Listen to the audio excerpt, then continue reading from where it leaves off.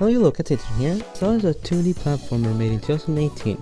You play this goblin named Madeline. Scratch that, it's Goku now. You climb Mountain Celeste from real-life Canada, and the mountain materializes your mental state. And so the journey of climbing Mount Celeste from real-life Canada becomes a task of overcoming the mountain and Madeline's internal problems. Man, I wonder what my mountain will look like. That's a concerning amount of cactus. This game is great. Both its gameplay and narrative follow the principle of being simple, yet adding complexity on top of the simple foundation. For some bizarre reason, a common sentiment as you're role-playing around Celeste is that it's the hard indie platformer, and I feel like the shared idea is stupid and dumb and stupid, and it's hurting the game. Now, gamers are quick to name things hard, so I want to create a differentiation between bullshit and challenging. Games that are hard would be old school arcade games and early NES games. These games are unfair, and even if you master them, they will make it a pain all the way through. Perfect example for what a hard game would look like is Mario 2, The Lost Levels. This game places invisible blocks everywhere, make one wrong turn and oops, you die. You didn't make that perfect jump? Start the level again, unfair enemy placements everywhere, and having to beat this game 8 times to unlock the actual ending. Sure, you could master dragging your bum through broken glass to minimize your suffering, but that doesn't mean it's really fun or rewarding. I gave dragging my ass through broken glass a 4 out of 10, still better than Megaman 1. A game that is challenging would be Souls games. They do fall into the trap of Mario 2, where every so often the balancing goes off whack when it kills and such. But for the most part, the games introduce a challenge that is by all means possible if you take them to learn what it throws at you. And if you indulge into the game, it becomes fun, and the challenge is what makes it satisfying. As well as that, the game introduces you to new mechanics as they come, and often gives you room to get familiar with them. You'll never run into a boss and unable to learn how to strike, or you won't know how to dodge. Unlike Mario 2, where you getting over a level gives you basically no fanfare reward, defeating a boss in a Souls game gives you items, helps you level up, unlocks a new area, or whatever else it may throw your way. It uses rewards to make doing these Herculean tasks enjoyable. Alongside this, you aren't forced to go through the entire game again just to get a chance to redo the boss.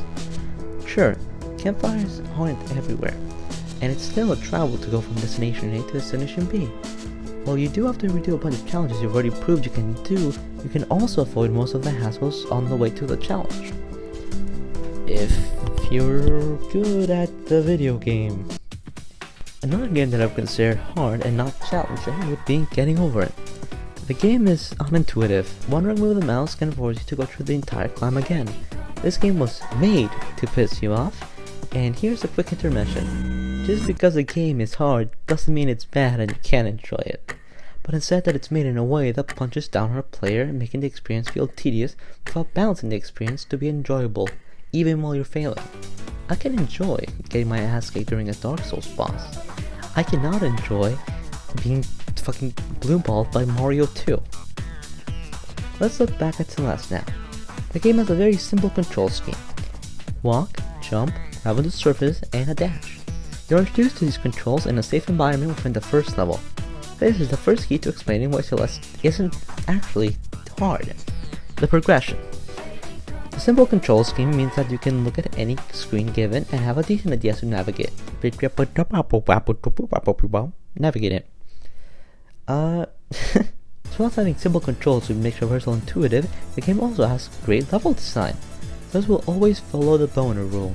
Starting out simple, then building complexity as the level progresses, which then gets pushed to its limit with the B-sides, which shift the size into turbo magnum dongs all around.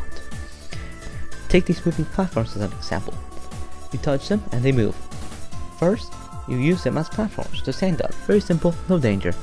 Next, you learn that you can maintain the momentum you gain from the platforms by letting go or jumping at just the right moment. Then, you add obstacles to them. After this, we're showing these platforms drawing you towards danger, so now you have to be more conscious when you're interacting with them.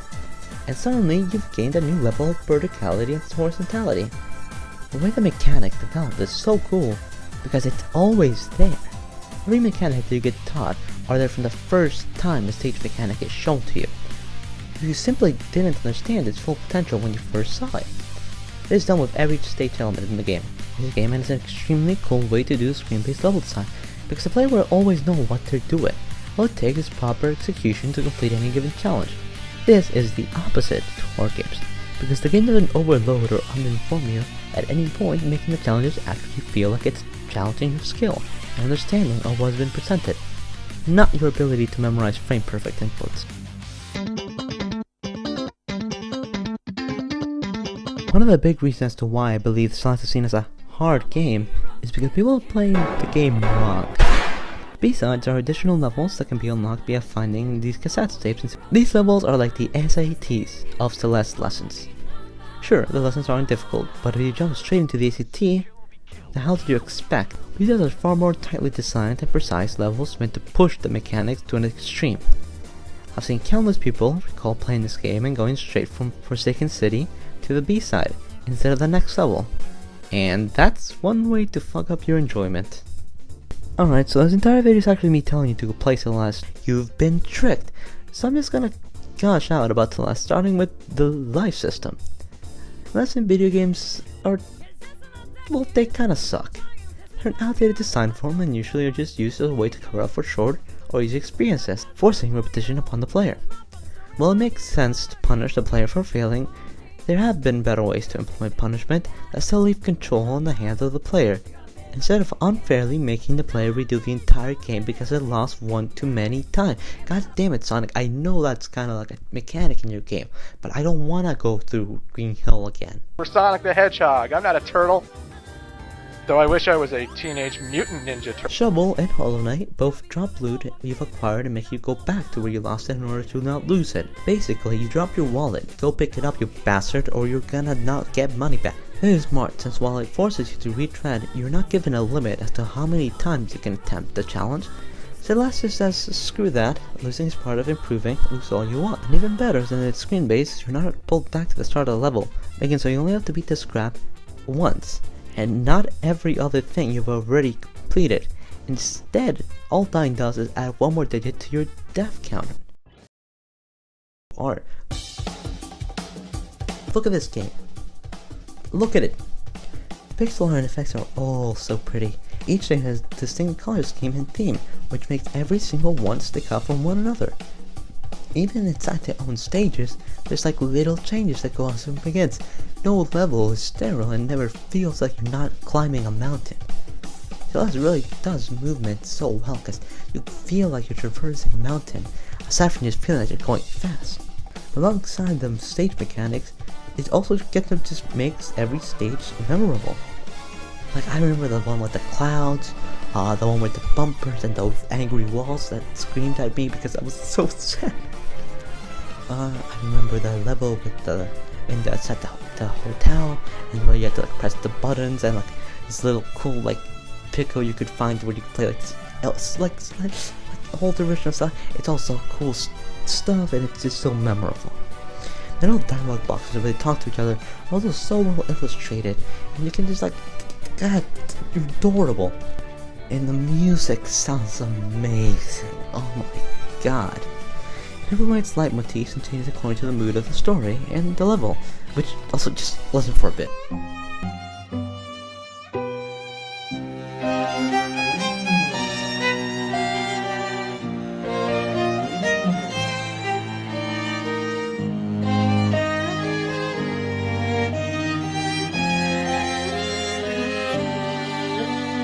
Every single B-side brings a different musical artist to do their own take on a already existing track in the game.